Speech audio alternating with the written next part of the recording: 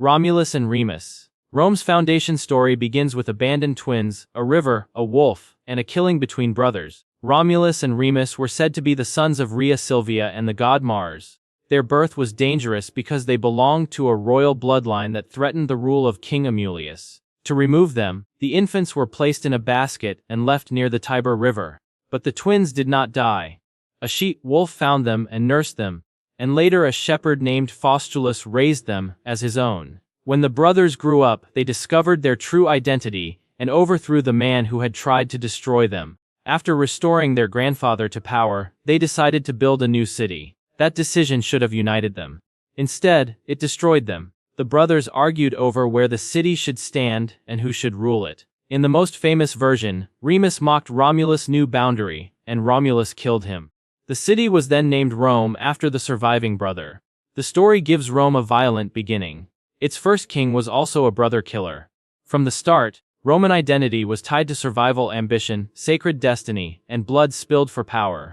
The Sabine Women. After Rome was founded, the new city faced a problem that weapons alone could not solve. It had men, ambition, and warriors, but not enough women to secure its future. Without families, Rome could not grow into a lasting people. Romulus tried to arrange marriages with neighboring communities, but they refused. Rome was too new, too rough, and too dangerous to be trusted. So Romulus created a festival and invited nearby peoples, including the Sabines, to attend. While the visitors were distracted by games and celebration, Roman men seized the young women and carried them away. The story is traditionally known as the rape of the Sabine women, though in this older usage the word often refers to abduction. Even with that clarification, the legend remains disturbing. It places violence at the center of Rome's early expansion. The Sabine men eventually attacked Rome to recover the women. But in the middle of the battle, the women stepped between the two armies. By then, according to the legend, they had become wives and mothers. They begged their fathers and husbands not to slaughter each other. The war ended with the Romans and Sabines joining together. Rome turned a crime into a political union, and the women became the bridge between two hostile peoples. It is one of Rome's most uncomfortable origin stories because it shows unity being born from force. Horatius at the bridge. In the early days of the Roman Republic, the city faced a threat from Lars Porsena, king of Clusium. He marched against Rome in support of the expelled King Tarquin the Proud, hoping to restore monarchy after the Romans had rejected it. As the enemy approached, one place became critical: the Sublician Bridge over the Tiber River. If Porsena's army crossed it, Rome itself could be exposed. The Romans needed time to destroy the bridge, but enemy soldiers were already pushing forward. That was when Horatius Cocles stepped into legend. With a small number of companions at first, and then alone in some versions, Horatius held the bridge while the Romans behind him hacked it apart. He was not trying to defeat an army by himself. His task was more desperate than that. He only needed to stand long enough for the bridge to fall. When the bridge finally collapsed, Horatius jumped into the Tiber and swam back to Rome. Some versions say he survived wounded. Others suggest the ending may have been darker. But the image endured: one man facing an army while his city worked behind him. Rome remembered Horatius as the citizen who placed the survival of the Republic above his own body. In his story, courage is not loud or complicated. It is one man refusing to move. Cincinnatus leaves his farm.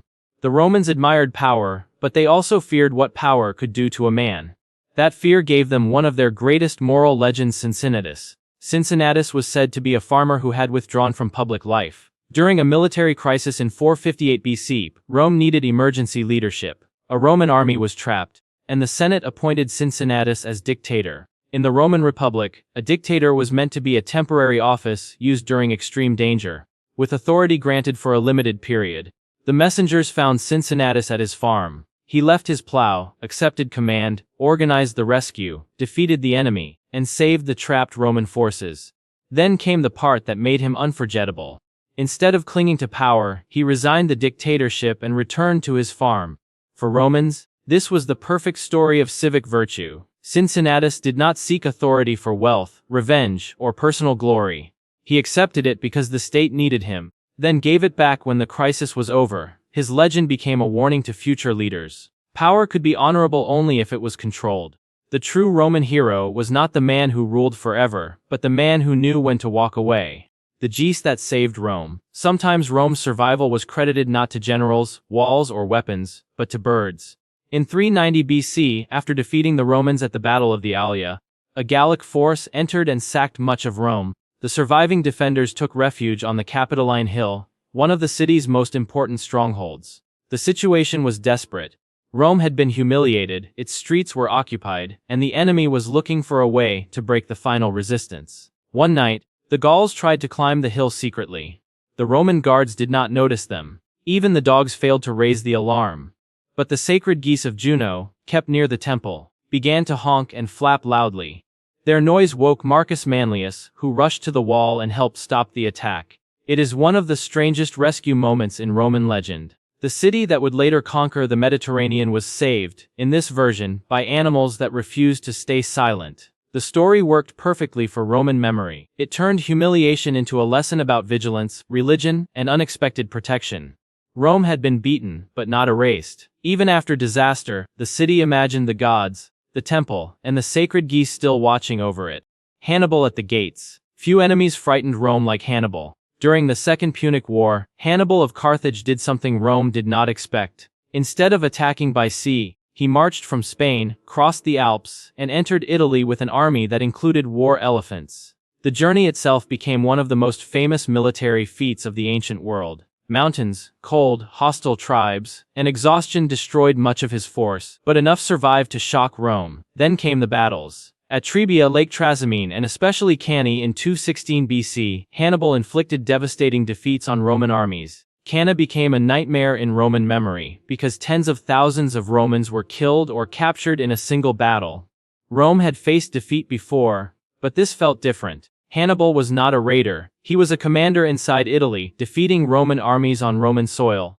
The phrase, "Hannibal at the gates," captured the fear that he might reach Rome itself. He never captured the city, but for years his presence haunted the Republic. Rome survived by refusing to collapse. It avoided giving Hannibal the final battle he wanted, rebuilt armies again and again, and eventually took the war back to Carthage. Hannibal's story became Rome's reminder that survival sometimes depends less on winning quickly and more on refusing to die. Spartacus Rebellion. Spartacus began as a man Rome expected to control. He was a gladiator, trained to fight for entertainment in a world where enslaved people could be turned into spectacle. In 73 BC, he and a group of gladiators escaped from a school at Capua. At first, it may have looked like a local crisis, but the escape grew into something far more dangerous. Spartacus and his followers took refuge on Mount Vesuvius. When Roman forces tried to trap them, the rebels used vines to climb down a steep side of the mountain and attacked from an unexpected direction. That victory helped turn the revolt into a movement. Enslaved people, farm workers, and others joined them, creating a force that Rome could no longer dismiss. For a time, Spartacus defeated multiple Roman armies. His rebellion exposed a fear buried inside Roman society: the empire's wealth and comfort depended on enslaved labor, and that labor could rise. Eventually, Marcus Licinius Crassus took command against him. In 71 BC, the revolt was crushed. Spartacus is believed to have died in battle, though his body was never clearly identified. Thousands of surviving rebels were crucified along the Appian Way. Rome defeated Spartacus, but the story did not vanish. It survived because it showed the terrifying possibility that the people treated as property could become an army. Julius Caesar's assassination. Julius Caesar rose higher than almost any Roman before him. He conquered Gaul, crossed the Rubicon, defeated his rivals in civil war, and became dictator. To his supporters, he brought order after years of chaos. To his enemies, he looked like a man preparing to turn the Republic into a monarchy. On March 15, 44 BC, the Ides of March, a group of senators attacked Caesar during a meeting. The conspirators included Brutus and Cassius, men who claimed they were defending liberty. Caesar was stabbed repeatedly and died at the foot of Pompey's statue, a detail that made the scene feel almost theatrical. Pompey had once been Caesar's great rival, and now Caesar died beneath his image. The assassins believed killing Caesar would save the Republic. Instead, they opened the door to another round of civil wars. Rome did not return to its old system. Power continued moving toward one-man rule, and Caesar's adopted heir, Octavian, eventually became Augustus, the first Roman emperor. The murder of Caesar is remembered not only because a powerful man was killed, but because the killing failed to achieve its purpose. The Republic was already too wounded. The daggers removed Caesar, but they could not restore the world that had made him possible. Nero and the Great Fire of Rome. Nero became one of the most infamous emperors in Roman history, and the Great Fire of Rome turned his name into legend. In AD 64, a massive fire broke out in Rome and burned for days. Ancient Rome was vulnerable to fire because many areas were crowded with wooden structures, narrow streets, and dense housing. The flames destroyed large sections of the city, leaving thousands homeless and creating panic on an enormous scale. The most famous rumor claimed that Nero played music while Rome burned. The popular version says he fiddled, though the fiddle did not exist in ancient Rome. Ancient sources are hostile and complicated, and not all accounts agree. Some report that Nero was away from the city when the fire began and later organized relief efforts. Others accuse him of using the destruction to rebuild Rome according to his own ambitions, including the creation of his enormous palace, the Domus Aurea. To shift blame, Nero targeted Christians, who were brutally punished after the fire. That decision added another dark layer to the story. Nero's fire story survived because it captured Rome's fear of absolute power in unstable hands. Whether every rumor was true or not, the image remained powerful. An emperor surrounded by disaster, suspicion, cruelty, and spectacle while the capital of the world burned. Boudica's revolt. Rome conquered many peoples, but conquest did not always mean obedience. In AD 60 or 61, Boudica, queen of the Iceni in Britain, led one of the most dramatic rebellions against Roman rule. The revolt began after Roman officials mistreated her family and seized territory following the death of her husband, King Prasutagus. What followed was not a small protest, it was an uprising fueled by humiliation, anger, and hatred of Roman domination. Boudica gathered a large rebel force and attacked Roman settlements, including Camulodunum, Londinium, and Verulamium. The destruction was severe. Roman Britain suddenly looked fragile. The empire that seemed unstoppable was being challenged by a queen from the edge of its world.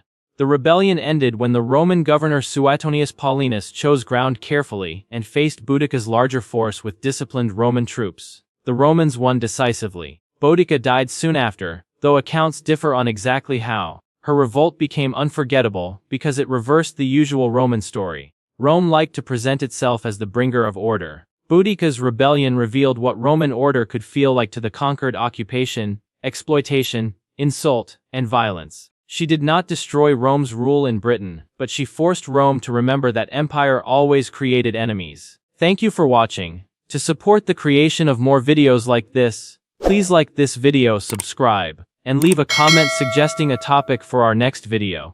Thanks again, and goodbye.